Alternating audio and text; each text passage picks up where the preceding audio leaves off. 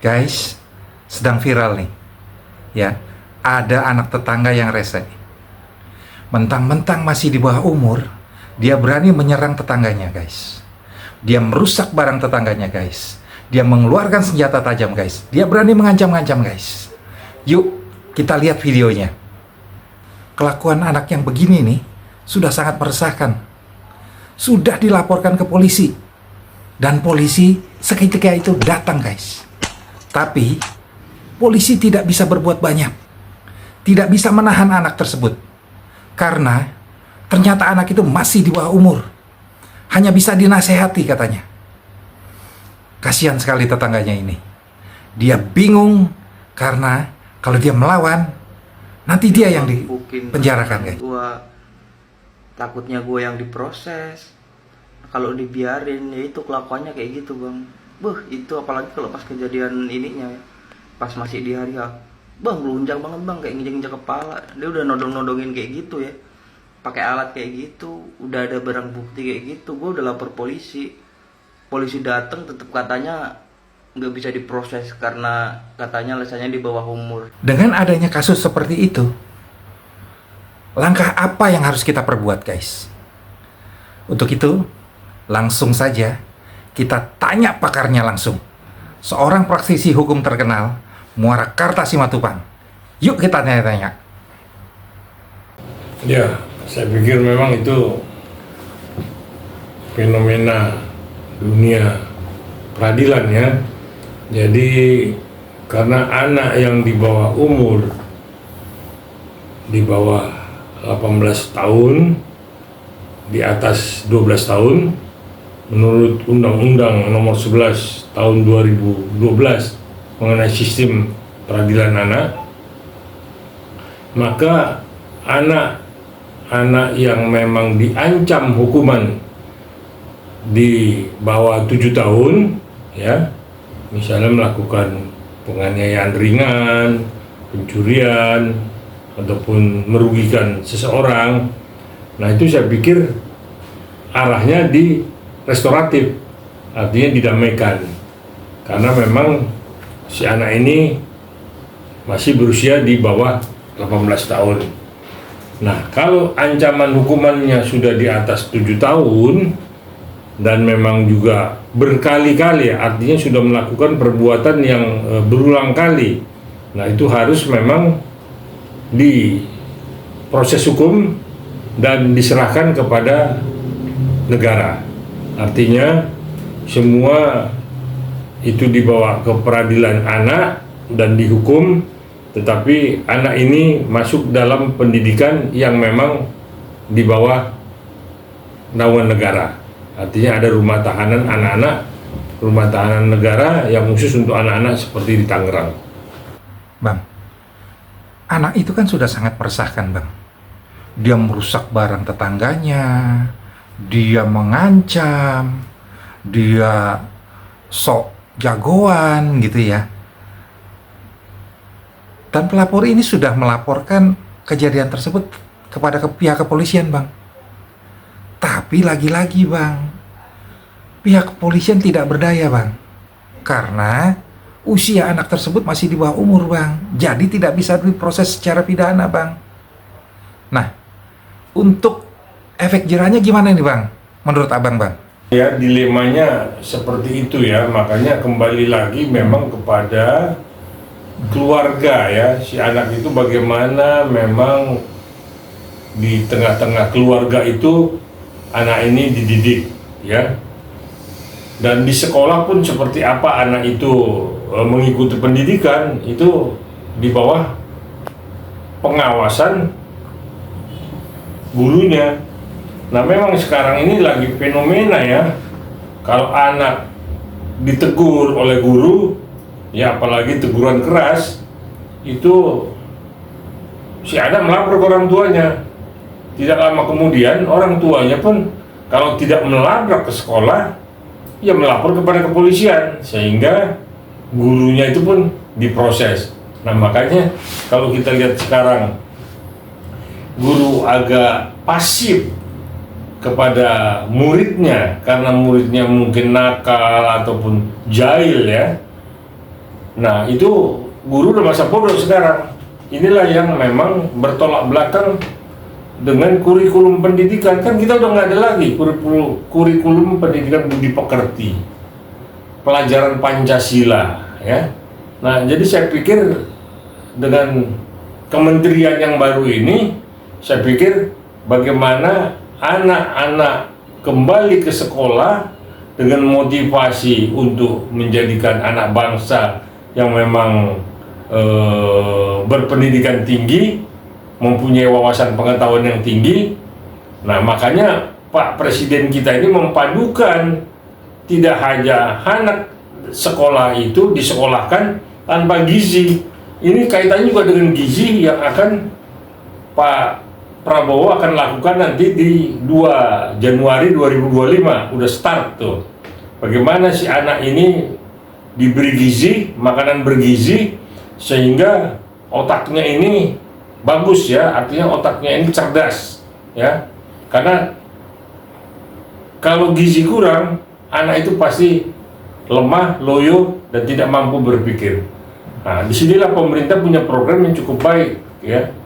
Nah, itulah nanti mungkin juga seperti beberapa masyarakat juga mengusulkan supaya memang kembali lagi seperti anak-anak yang dahulu belajar menghormati guru, menghormati orang tua, artinya budi pekerti. Disitulah belajar Pancasila, bagaimana saling menghargai, saling menghormati. Artinya dari kecil sudah ditanamkan gitu. Nah ini yang memang kemarin-kemarin kebelakangan ini memang benar-benar agak tertinggal, apa memang tidak mengerti atau memang sudah pengaruh barat ya. Nah inilah yang memang mesti dievaluasi kembali. Nah makanya anak yang memang sudah keterlaluan ya, tapi umurnya masih di bawah 18 tahun, nah itu diedukasi dengan restoratif tadi ya.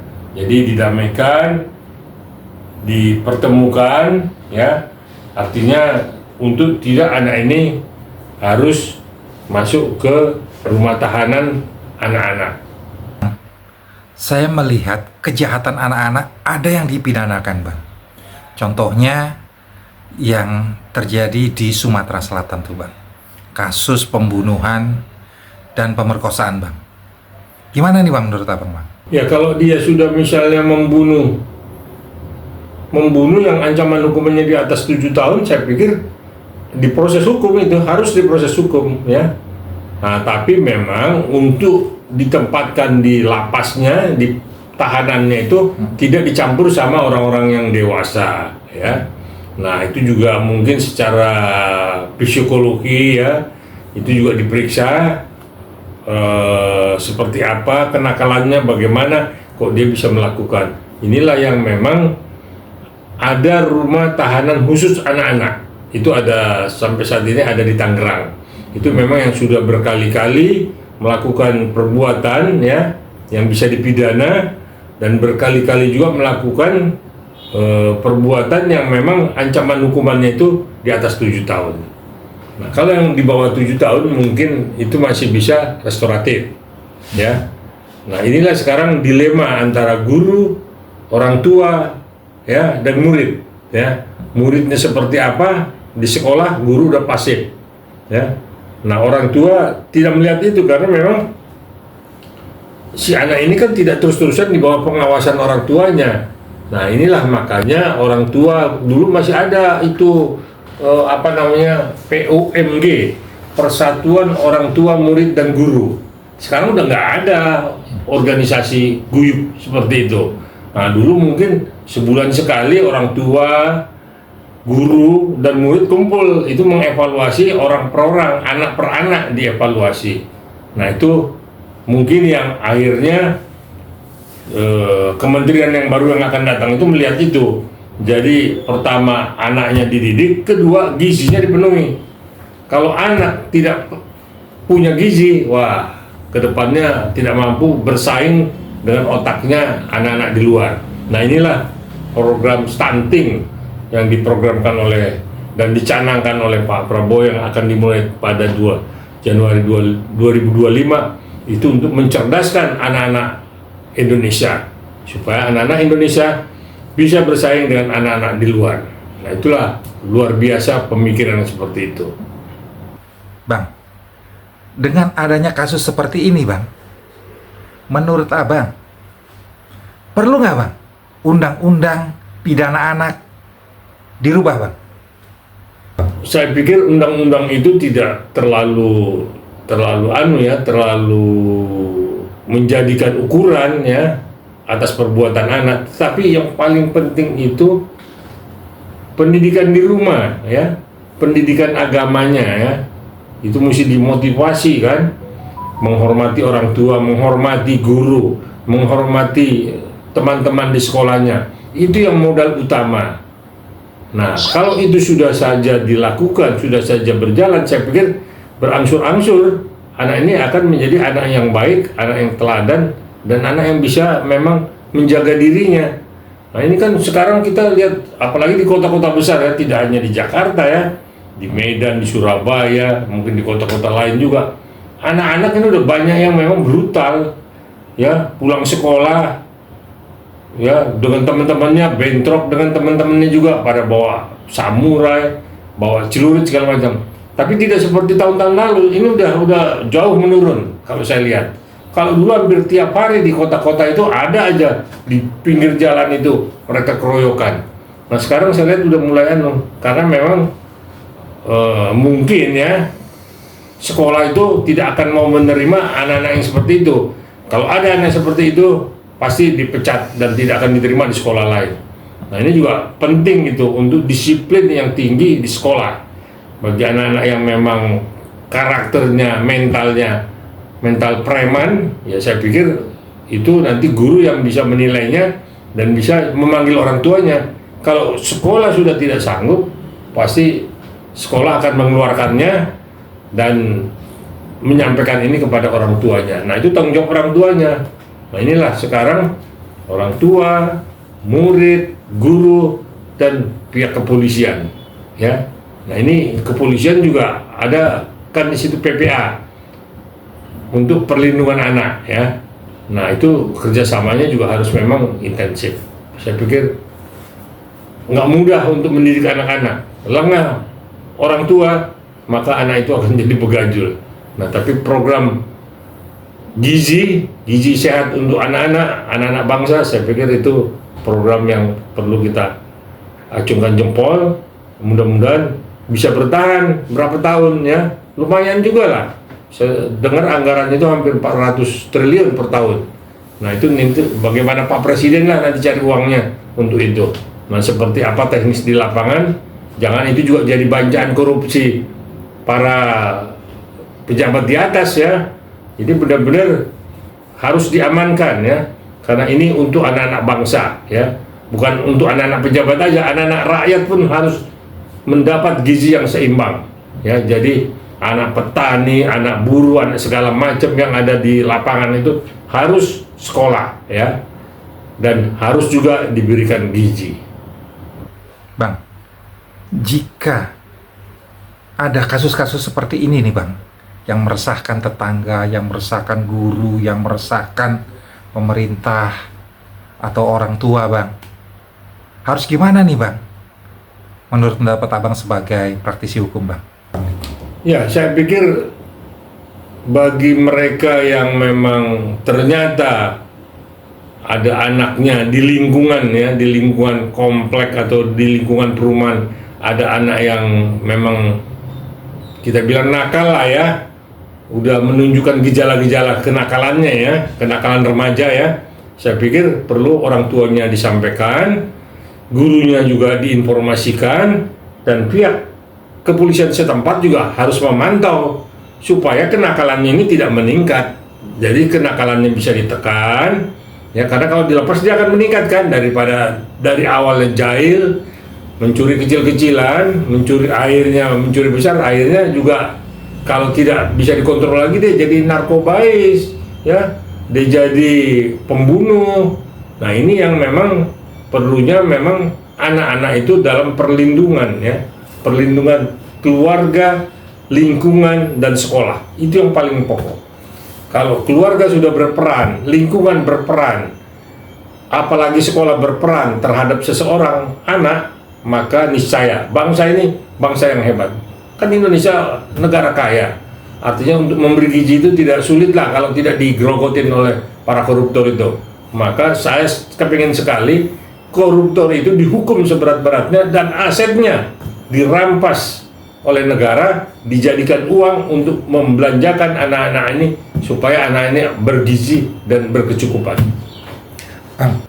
Bang, ada nggak nih Bang perlindungan hukum Bang buat para pendidik atau guru-guru nih Bang dalam menyikapi atau menghadapi masalah-masalah kenakalan anak-anak nih Bang, supaya mereka juga dalam mengajar gitu ya kan mendapatkan kepastian hukum nih Bang. Nah, makanya sekarang kan ini dilema nih. Kalau guru cubit anak lapor ke orang tua datang melabrak ke sekolah. Habis itu dilapor ke polisi, gurunya diproses. Inilah yang memang perlu dihidupkan kembali. Organisasi POMG, Persatuan Orang Tua Murid Guru. Ya, agar semua kekurangan kelebihan itu dibahas sebulan sekali atau setiap bulan satu kali untuk bisa supaya masing-masing sekolah itu menertibkan anak-anak yang memang punya mental mau jadi preman. Bang, untuk mengedukasi semuanya nih Bang, ya kan antara lingkungan sekolah, murid, kepolisian Bang, apakah harus bersinergi Bang? Dan apakah perlu Bang gitu, misalnya lawyer itu mendampingi sekolah Bang, sekolah-sekolah yang ada Bang. Menurut Abang gimana nih Bang? Saya pikir sih belum perlu ya, artinya lawyer kan sekarang juga mahal ya. Nah saya pikir kalau ada kejadian guru memang di luar nalarnya lah kita bilang, dia melakukan kekerasan kepada murid. Nah muridnya melapor kepada orang tuanya, ya. Nah orang tuanya melabrak sekolah, melapor kepada polisi, ini harus memang itulah perlunya restoratif, ya, tanpa memalukan, tanpa merugikan, didamaikan, ya, diselesaikan, tapi anak ini dididik. Saya pikir itu kalau kita mau lihat anak-anak kita ke depan, ya, anak-anak Indonesia, apalagi mau menyongsong Indonesia Emas 2045 nanti. Haruslah anak-anak Indonesia ini bisa sejajar dengan anak-anak di luar seperti di Singapura ataupun di Eropa. Untuk kecerdasannya ya, kalau untuk kebrutalannya janganlah ya. Kita tetap Indonesia yang punya budi pekerti dan selalu menghargai orang tua, selalu menghargai seniornya. Saya pikir itu yang bisa saya sampaikan. Mudah-mudahan dengan program Pak Prabowo di Januari tanggal 2 nanti memulai memberikan gizi kepada anak-anak sekolah, saya pikir kita mengacungkan jempol ya, agar memang anak-anak ini menjadi anak-anak yang memang bisa dibanggakan secara ilmiah, secara edukasi, dan menjadikan Indonesia ini benar-benar mempunyai anak-anak emas untuk 2045 nanti. Terima kasih. Oke, terima kasih Bang atas pencerahannya Bang tentang hukum bagi anak-anak Bang. Sandi Wiratama, mediadpr.com melaporkan.